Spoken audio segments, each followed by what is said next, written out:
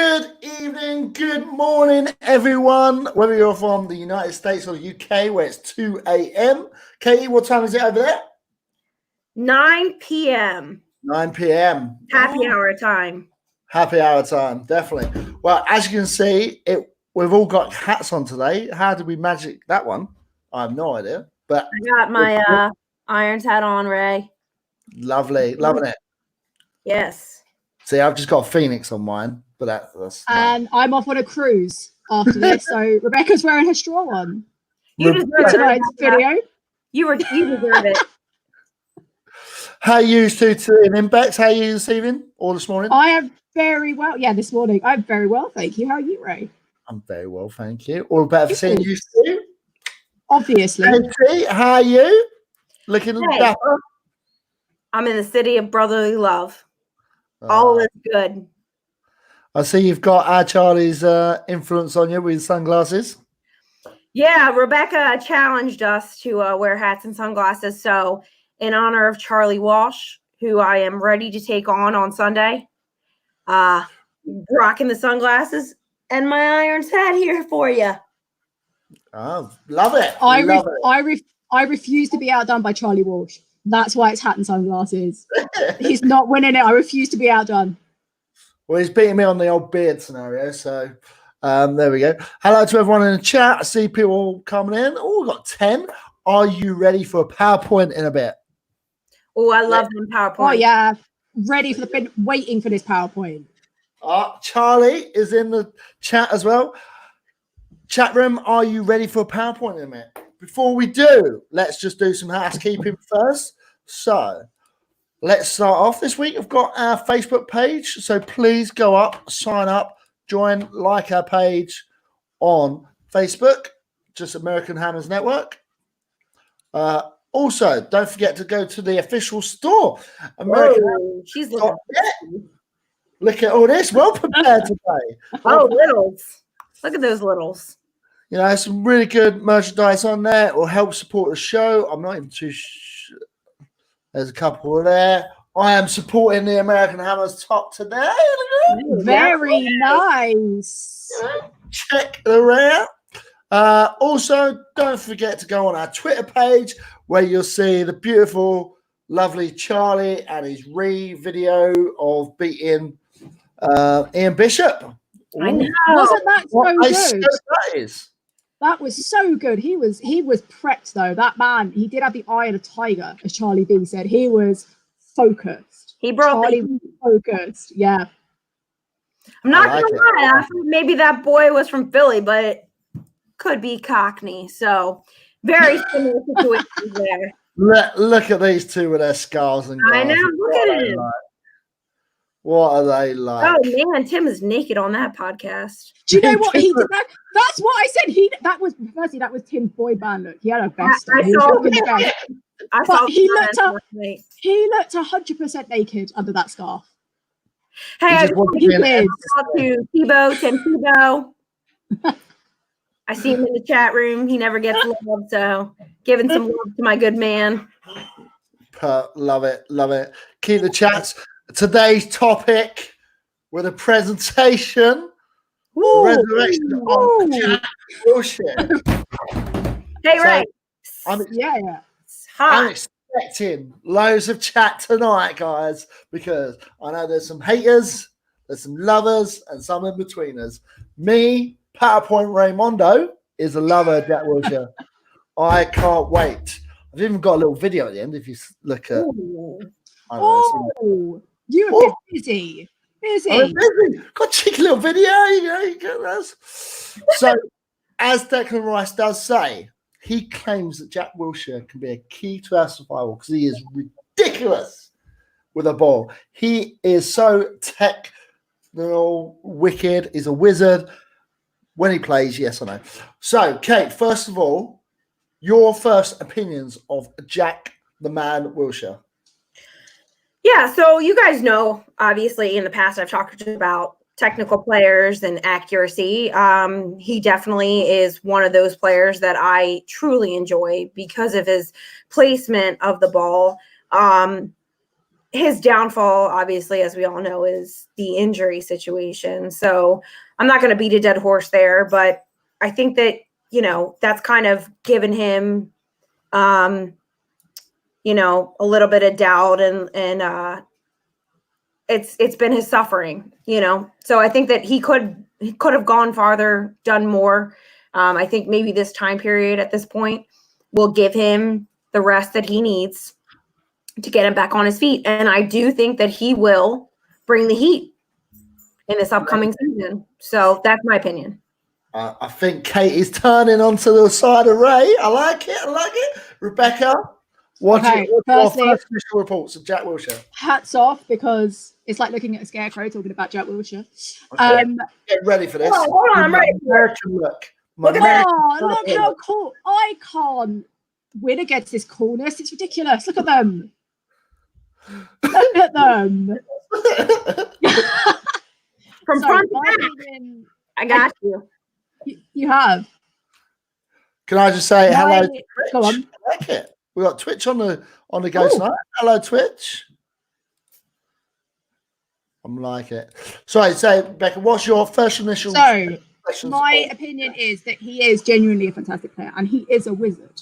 Like, for me, Jack has actual skill. Like, he is so skillful with the ball, but also with that skill, he has that really British attitude he has an arrogance about him on the pitch, which is fantastic. And to be fair, it's exactly what West Ham need. It's what West Ham spoke about with Arnautovic. He's the whole package. He really is. But talking of beating a dead horse, he is the dead horse, unfortunately.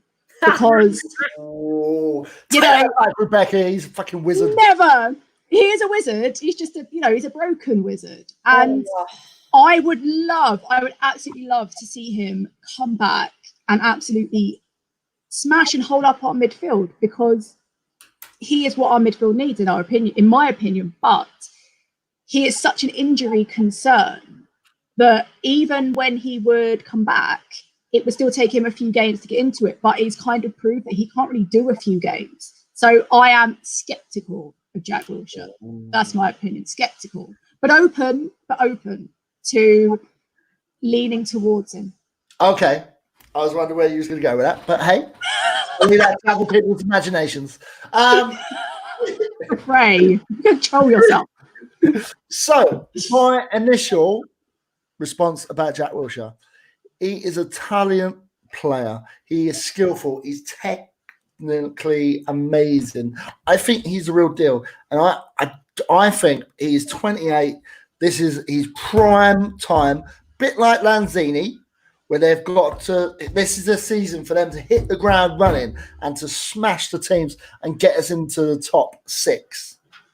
Big claim, I know.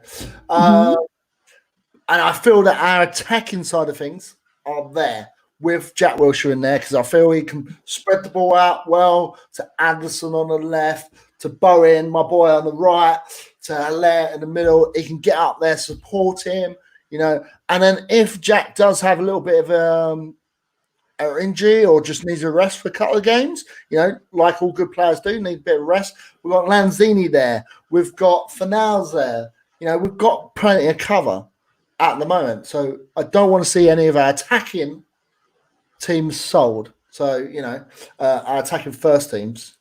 But what's that saying? Read Twitter messages, Wayne. Wayne, you need to read your messages, mate. You need to read messages. So yeah, that is my initial opinion on Jack. This is his season. He's past his injury. He's gonna put that all behind him, and then he's gonna be doing what who's the guy that Charlie likes? I've forgotten his name. Oh. Yeah, who knows who that is? Who is it? Yeah, whatever. Let's move on. Yeah. Here is rubbish, though. I'm only joking. Right, so Jack Wilshere, he's 28 years old. He has 180 appearances for the Premiership. This is just Premiership. He's got 8 goals, 85 wins, and 52 losses. So that does say that he hasn't played that many games in the Premiership because he's had a lot of injuries, which we'll go on into a second. But some of his records ain't good, but he's got 85 wins. How many losses is that under West Ham? I don't know. That's probably a few, to be fair. Jack is back. The West Ham star Jack Wilshere will be fit to return when a Premiership gets back underway. If that's not this season, which it'll be next season. And I think because of this extra layoff with the coronavirus, Jack's probably had a lot more time to recover for little niggles to heal. He's still doing his workouts. And I feel like that could be the thing. Do you think, Katie, that his injuries are behind him, or do you reckon he still is a liability? Yeah, I think his injuries are behind him because honestly, it's been ankle, tibia, a little bit of maybe ligament issues in the ankle. I think we've given him enough rest. The other thing is too, when you have a strong team supporting you, and if we get the players in the right positions that we need, you're not doing that constant running up and down the field as we had done. So I think with the correct and proper support, he will be in a better position to support us going forward. So I think that he will have a better season for 2020, 2021. Yeah.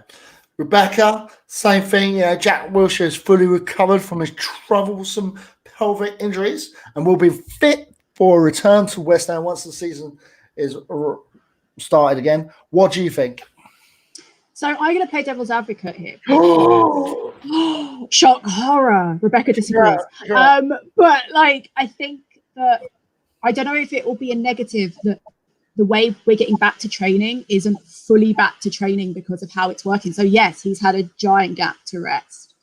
And look, I'm sure after with his ankle, it's healed, but he has healed. But training isn't what it was before the coronavirus. So when they come back and train, it's going to be different. It is different.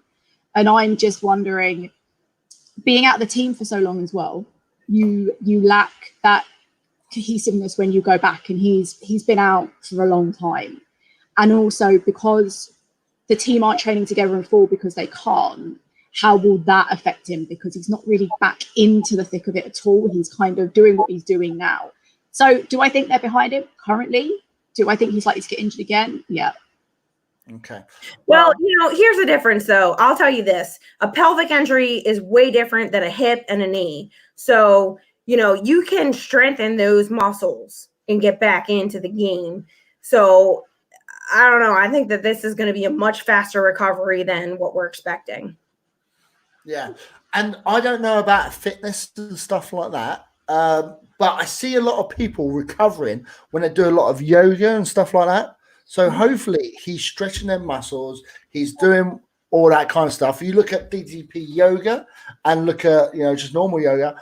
Ryan Giggs did yoga and played till he was 39, 40. And that was one of the things that Sir Alex Ferguson said helped him to stay in that great shape was the yoga side of things that he was doing. Hey, I know for myself, Wayne is calling me out in the chat. Listen, I know exactly what you're saying. Yoga does help, but if you can strengthen your hips and the pelvis area, you will be just fine because it's different than a joint. A joint is a very, very different injury versus muscular ligaments. See? I know from experience. Don't test me, Wayne. I'm coming for you too. The only thing I will jump in and say is that he's a very physical player. So that could also be a negative because you can strengthen them as much as you can and you can come back fighting fit. But there's always a risk, and he is a very physical player. He doesn't just, tot around the pitch. He gets right in there. That is also a concern because he is so physical. He could get injured again just because of how he plays. Yeah, and he plays with his heart on his sleeve, and that's all you can ask for from any player in the West Ham thing. So, we are talking about his injuries and how it is, and you can see that his latest injury is a groin. He's had ankle surgery. He's had hairline crack on his calf bone. So he's had quite And if you look at it, you can see quite clearly he's had injuries with his legs quite a bit, mainly his ankle. I can't see that. Can you make it bigger? Oh, How do you make that bigger? I will. I mean, I know what he's injured, but I'm just trying to see what you're. Is that better? Sure. You can say no. I can't currently see it. So to be honest, Ray, it's exactly the same. Oh, okay. There you go. All right. I can see his appearances now. We're good. We're good. Yeah, I can see it all. Now I can see it. I'm sorry. I was blind. We're good. Okay. Oh. It's gone wild, Ray. It's gone wild. It's out of control. Yeah. So let me just move this. Let's just make this a little bit bigger for you. How's that? Ooh, better. Okay, cool. So yeah, you can see that he's ankle injury, ankle. Or October 23rd there. Yeah. Yeah. His calf bone's taken out the longest with 241 days, and his groin 200. But let me say, a groin is also like a hamstring pull. It's a nag. It sucks. It's terrible. It's not fun, but it's not a crack. It's not. He'll be just fine. Rest is what you need when it's a hamstring pull, a groin pull. Rest. And that's what we're doing right now. We're resting. We're recovering. We're getting stronger. We're preparing for next season. That's why I say what I say. Good. Becca, have you got anything to add on that? His ankle's gonna cop for it again. Well, I just looking at that. His ankle. Look. I'm happy to be proved wrong because he's a fantastic player. He's just consistently, his ankle has popped up since it first happened. And here's the thing too, and you're not wrong, Rebecca, you're not, because ankle is going to move to your knee, is going to move to your hip and your groin. So he should be taking care of that ankle to begin with. This is a clear pattern directly to your groin, okay? It ain't rocket science. Somebody has to PT him. They're not doing it correctly.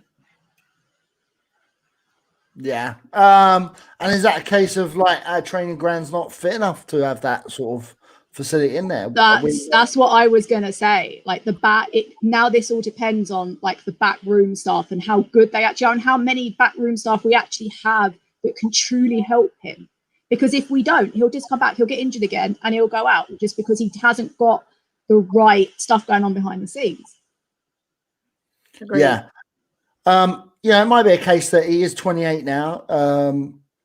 I was watching say about what Rio said about Ronaldo, and this is completely different leagues. And I understand different standards, but Ronaldo was having all these extra people around his house, like a physio of his own, a medic, and a nurse, all that kind of stuff, because he wanted to invest in his future. Maybe that's something that Jack needs to look at himself. And he may already be doing this.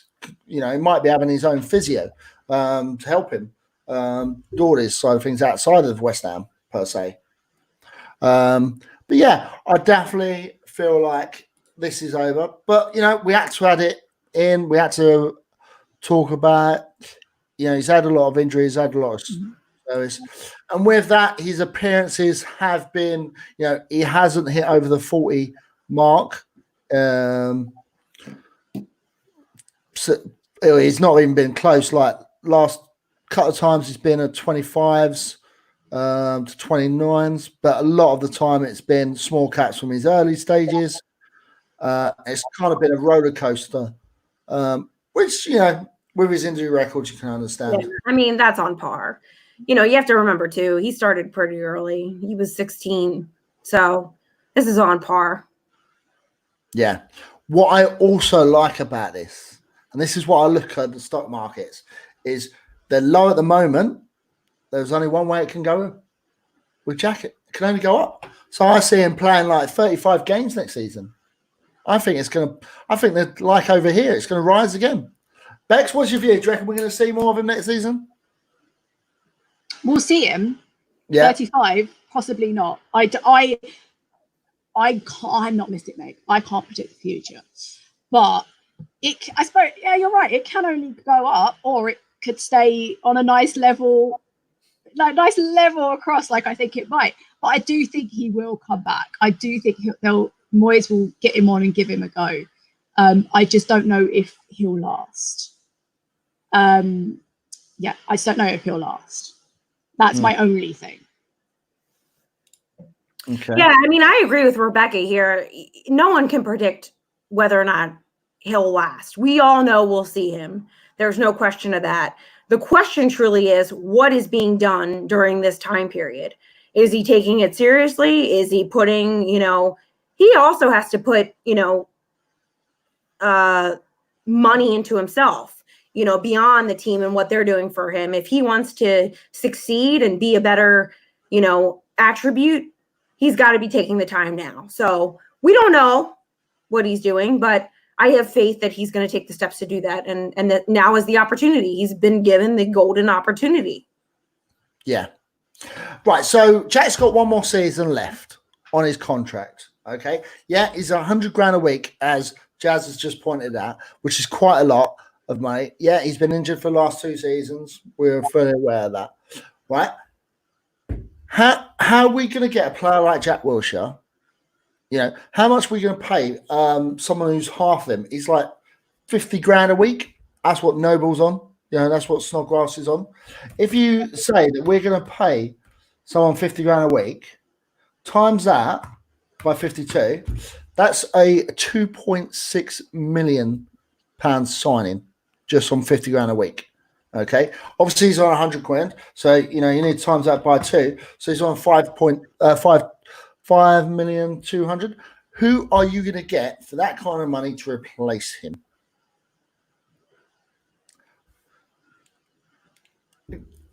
Bex, can you think of anyone?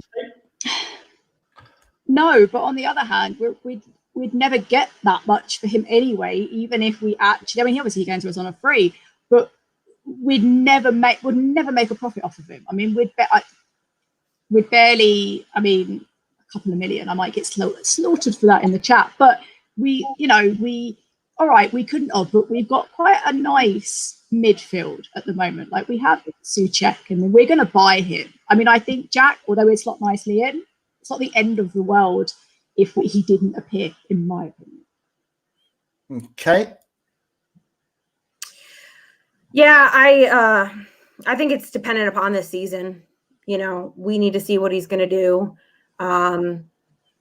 That's going to be if we sell him, if we can sell him, how much we're selling him for. So I think at this point, that question really can't be answered. We need to see more. Yeah. My only point with that is I don't feel like we're going to get anyone as good as Jack Wilshere for 5.2 million. Yeah, we've invested 10.4 million on him so far, and he's not played that many games. As you see on here, he's played 8 and 6. So that's bugger all. That's a lot of money for that many games. But the potential's there, and you've got to invest. I don't feel like 5.2 million is not a risk. If we bought a player for 5.2 million now, and add him on a 50 grand contract, not even that, because he's on 100 grand a week. If we spent 2.6 million on a player now, and got a player on 50 grand a week's wages, which will come up to that 5.2 million, no one would say that was a bad investment if he only played 10 games. It's because people were looking at it and saying, oh, it's 100 grand a week, 100 grand a week. It seems like a lot. But when you break it down, I don't feel it's a lot of investment. That's just my opinion. To clarify, I wouldn't sell Jack at all, because I feel like we wouldn't get much. We certainly wouldn't get enough, like you said, to buy a talented midfielder. It would be someone that would need work. So why do that when we've got someone that, although he needs work on his physical body, he can play. He is totally capable. He's very talented. I know a lot of people are saying get rid, but for me, it wouldn't be worth it. He's got 1 season left. Let's see what we can do with him. That's the best way to deal with him, I think. Yeah. I agree. And we also have youth on our side too, coming through training academy. I mean, we have plenty of players that we can develop. So I just see no reason to make any changes at this point. And I would love for Fornals to learn off of Jack Wilshere. Very true. That's a good point. Yeah. You know, I don't think there's a better person in the team that Beret gets possibly. But you know, we've got backups in there. We've got other players that can play in the position. We've got Lanzini, you know, we've got Mark Noble, we've got Snodgrass. There's 3 players that can play in that position and do a good job. And they're not all going to be playing for 35 games a season. You know, 38 games in a season, divide that by 4, you know, that's 10 games, 9.5 games each. You know, if we can get more out of Jack than the others and play, if Noble only plays 9-10 games a season as a starting player, I don't think that's a major issue. I think that's probably what he can do in his current states, to be fair to him. Right, let's move on to some of his stats. So, as a defensive player, remember he's only played 180. 28. Yeah, 180 games. Oh, it was 80. 180. He's made 217 tackles. 74% of them has been very successful. He's blocked 43 shots, interceptions. You know, you look at them stats. And one I like the most is the dual one. He's won 922 draws in that mirror. He's lost 700. So he's got a better percentage on wins than he has against aerial battles. He's not the tallest person. Kate, do I need to make that larger for you, boo? Yeah, I'm blind. No way, so am I. I wear contacts. I got LASIK, but apparently it didn't work. There you go. So, you know, his stats, you know, 50-50s, and, you know, a lot of these may be why he's been getting injured, because he does like to go in 55th tackle. But let's start the reason why he's even having to tackle. Yeah, maybe, yeah, because he's breaking up play in that midfield. But how many people got on Anderson's back because he pulled out of a challenge just after he come back from injury? True. Jack doesn't. So, you know. I would also say, too, when our strikers are bringing the ball down the field, right, and we have an attack situation and we're immediately giving it up, who is responsible for, you know, collecting and making the change? It's the midfield. And that's Jack Wilshere, right? And Rice. And so he has to be put in those situations. Yeah. I saw the highlights earlier with Jack versus Barcelona, and he was unplayable. Yeah. Is there anything, Bex, is there anything in them stats that surprised you a bit? No, the thing is, like, his Jules 1, it confirms that he is a little firecracker. Like, he doesn't have that. We all know he doesn't have the most height, but he makes up for that in his legs 100%. So it doesn't surprise me. What I think is so disappointing about, I suppose it's actually quite sad seeing his stats, because you can see how good he is, but how little play that over the years he's got because of injuries. When you can look at those stats and be like, that is a world-class player. He is so talented. But then you look at his matches that he's able to play, and you know, it is sad because he's just not in it. But when he's in it, he's fantastic. And Tom's right. Something that is surprising on that is, and you mentioned this off air about it, is that the fact that he does like a tackle, but he's only got 2 red cards. He's done 168 fouls.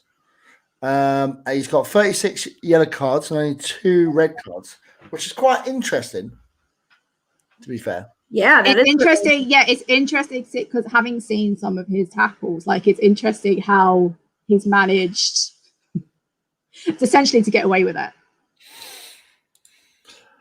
Maybe I'll do the fact that he was such a fireball when he first started, you know, that to me is pretty impressive for him to get away with all that.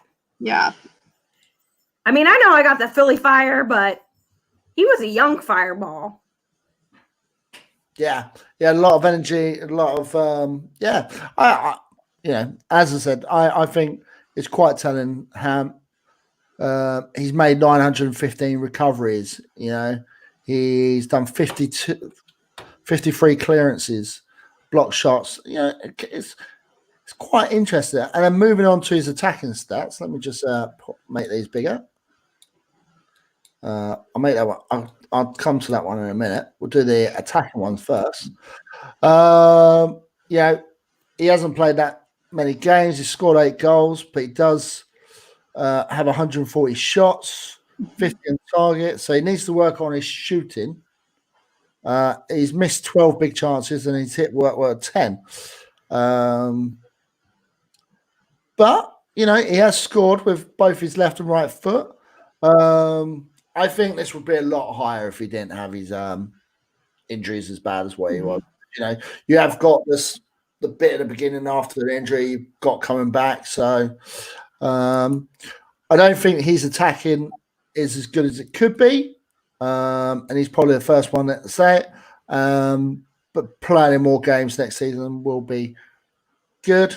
Anything that you got, Katie? Start with you. Anything you notice about that? You know, I don't think stats tell the whole story. A lot of people rely on stats. I am the type of person that does not. I don't think that this supports the whole story here. So that's just my opinion. I think that, you know, he's on when he's on and Daisy's not. I just think it's the injuries speaking. But I think he's done a great job overall. So I think the stats just aren't giving him justice. Yeah. Becca, anything on them?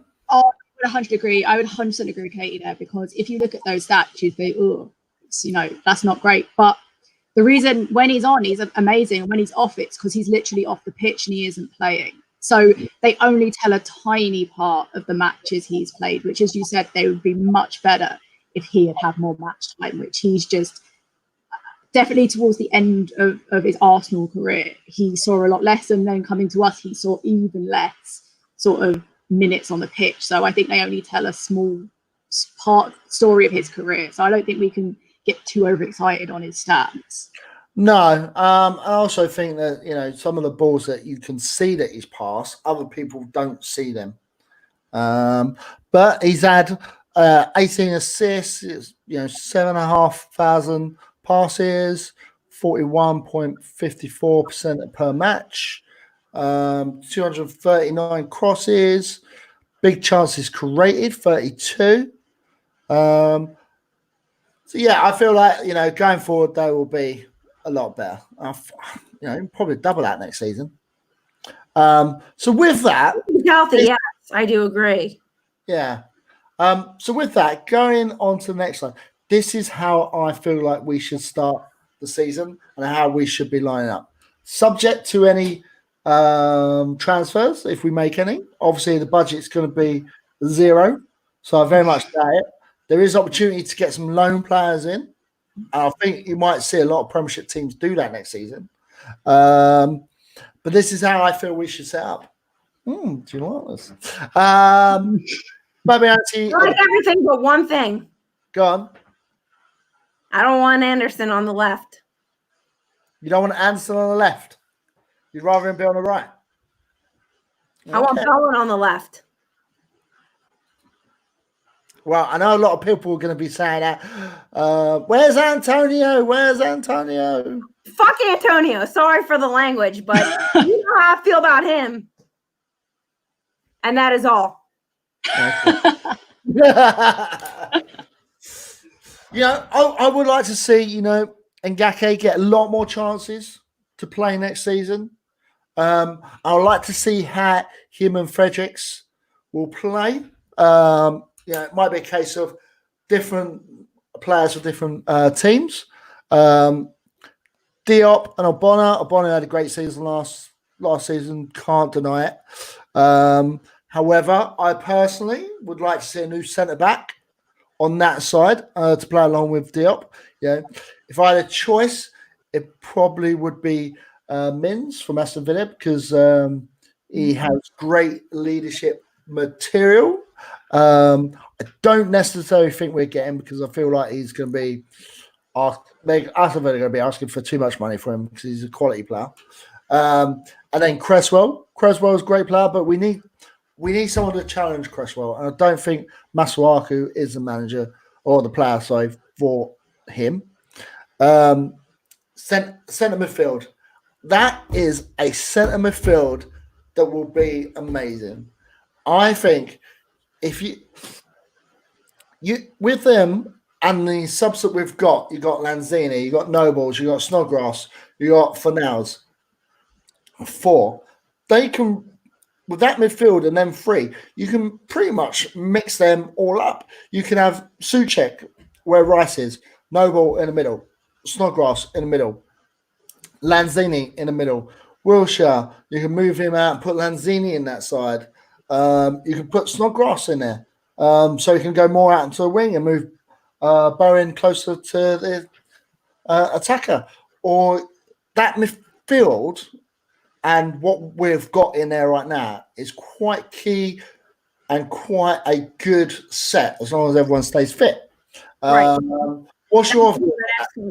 This is excellent.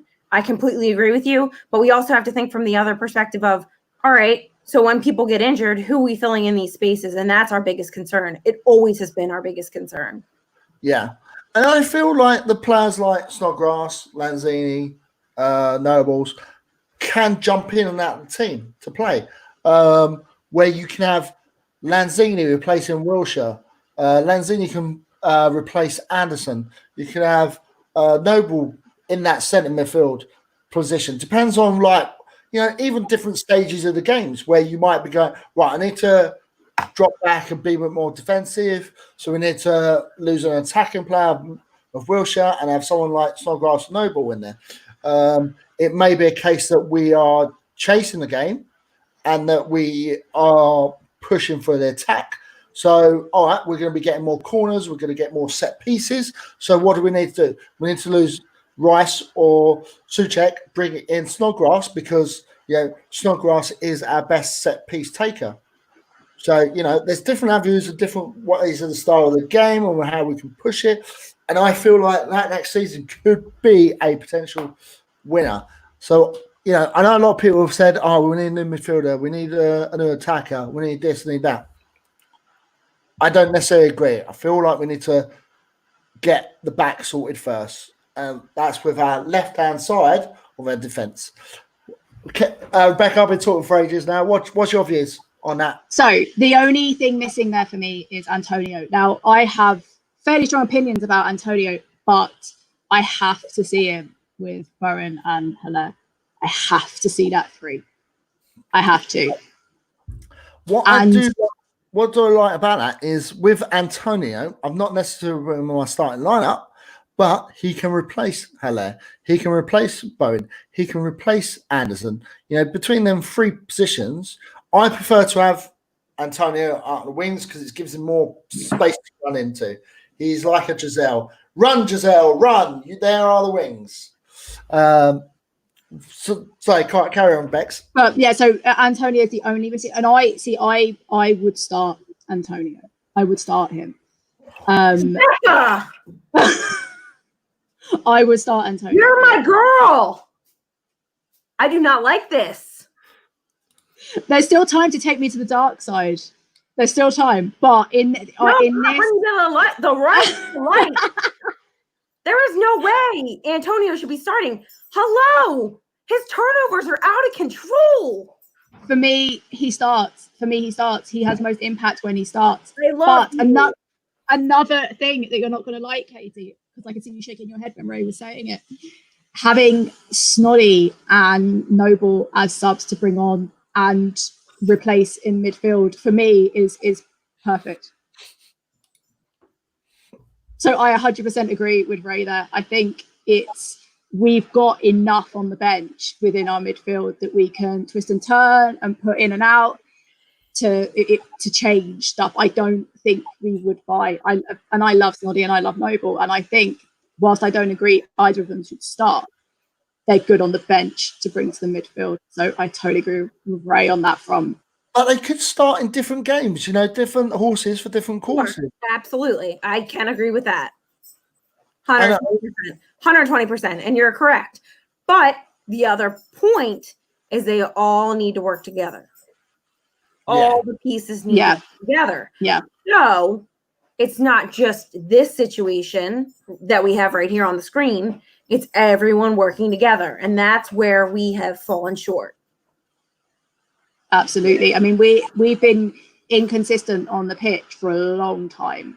And that's what we need to work on. And to be fair, that's what Moyes needs to sort out for next season, is that he gets the right people on at the right time so it works as a cohesive group rather than just moving like chess pieces around and hoping that it all comes together, because it doesn't work. It's been proved it just doesn't work that way, because players look lost. They just stand around. It needs, it's a team. It needs to work. They need to gel. And that's what they need to focus on as well, is gelling as a team and making sure the right people are on at the right time that can support those around them.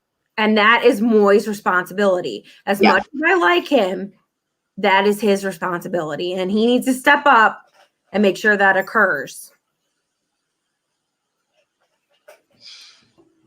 I think Fornals, just going on what Tom's just saying, I feel like Fornals is a great player, and we've seen pockets of that. And that's a thing. He could start in front of Wilshere. But I would pick Wilshere over Fornals, and I want Fornals to learn off of Wilshere and become that same sort of technical player as what it is. Oh, fine. That's just wrong. Yeah. So that's my take on it. Everyone in chat, please have your say. Out of all them, the only one that concerns me the most is our star signing last season, Haller. And that's just because I want to see Anderson and Bowen get closer to him for when he knocks down the balls. And we do like to put it up to him. I just wonder if he's just not the right fit for the team that we've got. And that's saying that if you looked at Gio's video earlier with what's that other site name? Tino? Is it Tino? The tactical site. I don't know if you guys saw that. That's a great video. I love that site. I did see it. It was fantastic. Yeah, it was a really good video. Fantastic. Yeah, I watched them quite a bit, because I looked at them like a couple of years ago when they were talking about the board and the financials and all that kind of stuff. And some of the other videos were so good. Love it. So good. So, that is what we've got so far. And if that doesn't make you want to keep him, maybe this cheeky little video might. Hopefully it will load.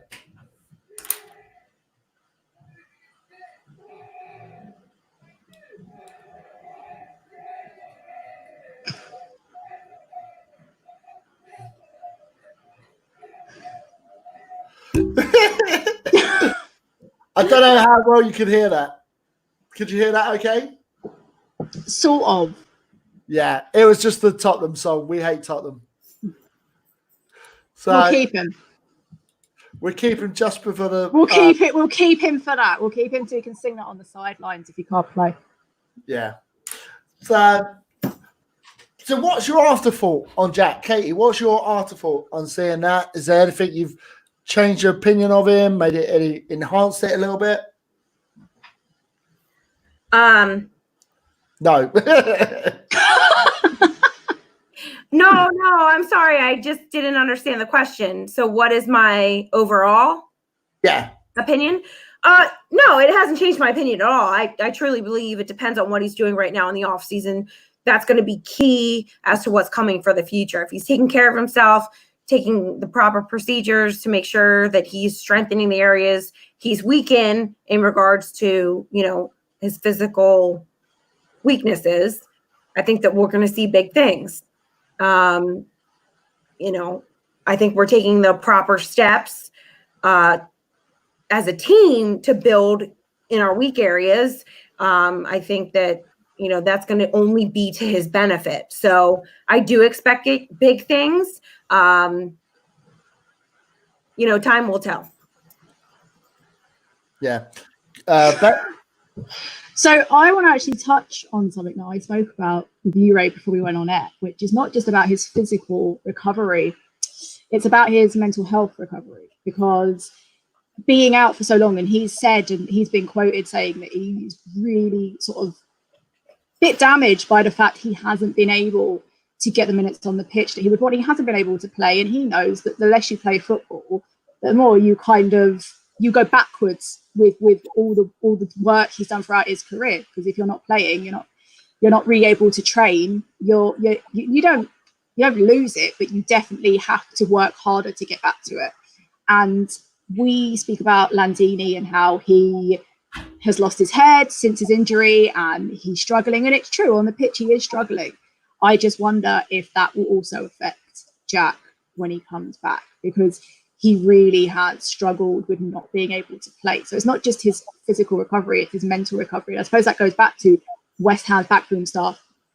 Do we have what he needs to really mind and body for them to combine? Because when they do combine, he has to say he's a firecracker. He's fantastic.